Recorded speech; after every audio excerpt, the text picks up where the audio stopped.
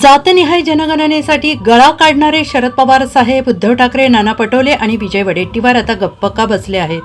मंत्री चंद्रशेखर बावनकुळेंचा सवाल आहे. गेल्या काही वर्षांपासून जातनिहाय जनगणनेची मागणी सातत्यानं होत होती. आता या मागणीला केंद्रातील मोदी सरकारने मंजुरी दिली आहे. पंतप्रधान नरेंद्र मोदी यांच्या अध्यक्षतेखाली पार पडलेल्या कॅबिनेट मीटिंग ऑन पॉलिटिकल अफेअर्सच्या बैठकीत आगामी जनगणनेमध्ये जातींचा समावेश करण्यात आलेला आहे. याबाबतची माहिती केंद्रीय माहिती प्रसारण मंत्री अश्विनी वैष्णव यांनी दिलेली आहे.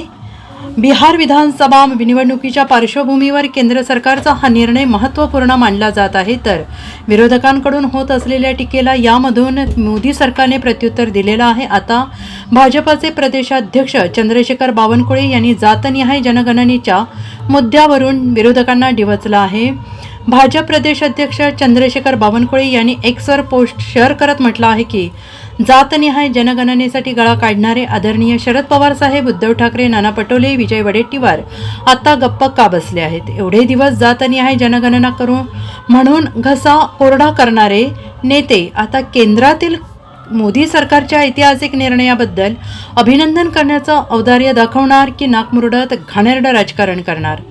हा सामान्य माणसाच्या मनातील सवाल आहे. केवळ आपल्या स्वार्थी राजकारणासाठी या नेत्यांनी आणि त्यांच्या पक्षाने जातीचं संकुचित राजकारण केलं आहे. पण या जातीतील नागरिकांना प्रगतीच्या, विकासाच्या मुख्य प्रवाहात आणण्यासाठी एवढ्या वर्षात या राजकीय पक्षांनी काहीही केलेलं नाही.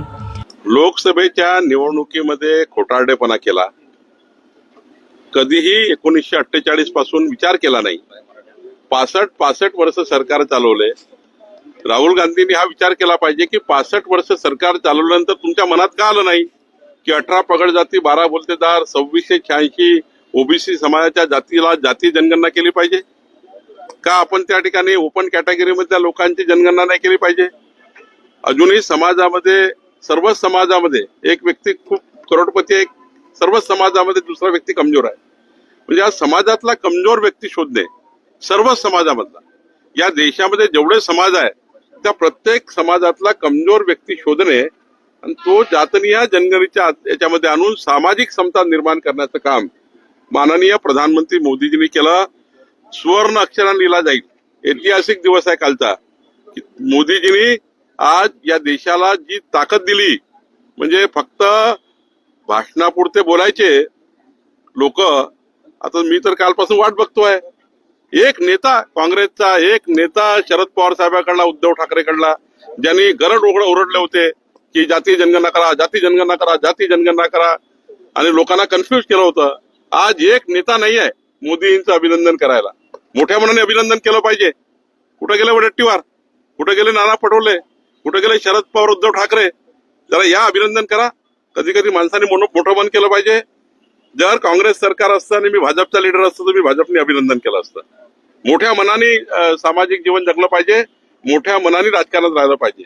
पण आज त्यांना हे माहिती आहे 2027 ला जनगणना होणार, सर्व आता जातीय जनगणना होणार, तरी विचारतात ते आम्हाला केव्हा होणार आहे. तुम्ही काहीच केलं नाही. 60 वर्ष सरकार चालवले आणि आता मोदीजींनी या देशातल्या जवळपास 5000च्या वर जाती समाजाला जातीय जनगणना करून न्याय दिलेला आहे. मोदीजींनी या देशाला स्थैर्य देण्याचं काम केलेलं आहे आणि समाजाच्या शेवटच्या गरीब माणसाला न्याय देण्याचा प्रयत्न केला. Bureau report, SVN Marathi, Mumbai.